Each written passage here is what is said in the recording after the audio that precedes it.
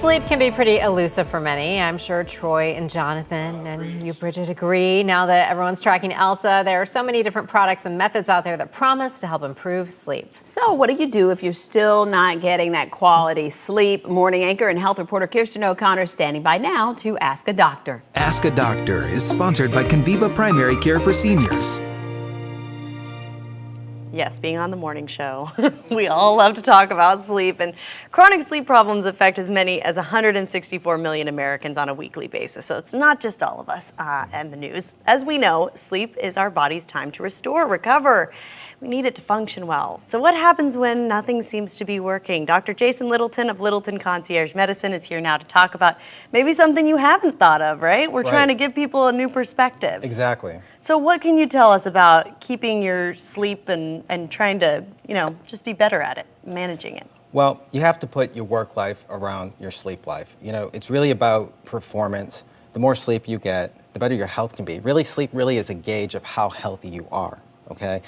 The more in shape and health that you are, the better sleep you actually receive. I always tell people it's really important that they have to make their bedroom almost like a spa. Because when you go to a spa, they have organic music, the lights are down low, it's a setting where you can really relax, and you have to do that. Sleep, in a way, is very finicky, so to speak, and you have to be able to be very sensitive with, making sure you have the right pillows, the right sheets, making sure that you have the right atmosphere, blackout shades. Right. All these things matter, and they can make a huge difference. Now, we always say 8 hours of sleep is optimal. Right. Is it essential, though? Is 8 hours what we have to be getting? No, it's not essential. I find in my practice that people have a sleep number. Some people do very well with 6 hours. Some people do very well, believe it or not, with 10 hours. It's a range, okay? And some of this is genetics.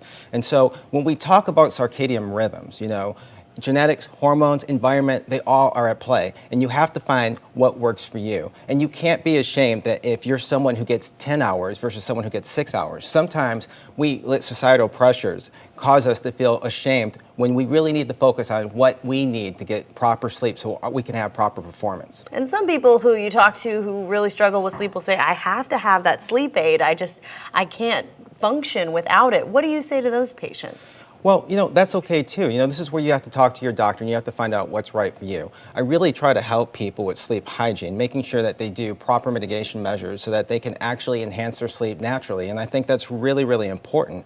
I'll even go so far to say that sometimes people have to reset their lives. Maybe they even have to take a sleep vacation so they can get in a better flow.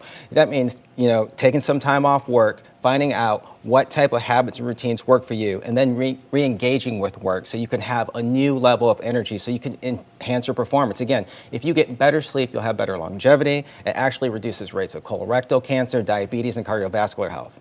Now, I know sleep can be a topic that can cause anxiety for some people. Right. Just the thought of losing sleep, that Right. scares them, and thinking about their health. Like you said, it is a measure of your overall health. So how can you break that cycle? Well, one of the ways you can break that cycle is actually, unlocking your schedule. When you unlock your schedule and you don't have somewhere to be at 8 o'clock or 9 o'clock, then you relax more and you realize that you can actually get sleep at a late hour of 7, 8, or 9, and then you can actually get more restorative rest, and that's so important. Another thing that I like to tell people is racing thoughts is really a number one problem that I hear in my practice. And so what you want to do is take out a journal, journalize, and make sure that you can actually put a resolution to some of the thoughts that are keeping you up at night. It might not be the exact answer, but it's a work in progress. And if you do that, it can make a huge difference. And so sleep journal every night before you go to sleep? Absolutely. It has to become a routine. You have to put your words down. You have to put a construct down so that you can think about what you're going to do the next day. And if you're worried about any problems, put a workable answer, and then you can work on that the following day. If you do that, it's going to allow you to have more peace. What do you say to people who have done all of those things? Well, they say, I've done it all. I really just need help. Is there anything else that I can do?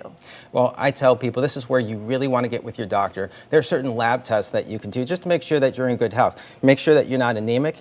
Check your cortisol levels, check a DHEA. You want to go and you have to do a little more investigative work with your primary care physician and find out, do you have any issues with obstructive sleep apnea? Are there things underlying in your health that are preventing you from getting restorative sleep? And if you do find out those problems, can you correct them pretty easily? And that's the point. We want to correct them. We want to help help you to get back to your natural restorative process. And if you can do that, it can make your life that much better, and you can perform at a very more enhanced level. Awesome. All right, Dr. Littleton with us again for Ask a Doctor. Thank you so much. Thanks for having me. I'm going to take one of those sleep vacations. That's my next one, right, Julie and Hey. Bridget? Yeah. Let's go. I'm going to reset my life, and then I need a journal to. And I need a spa-like makeover at goodness. home. Thank you, doctor. In your a lot of bed, help. yes.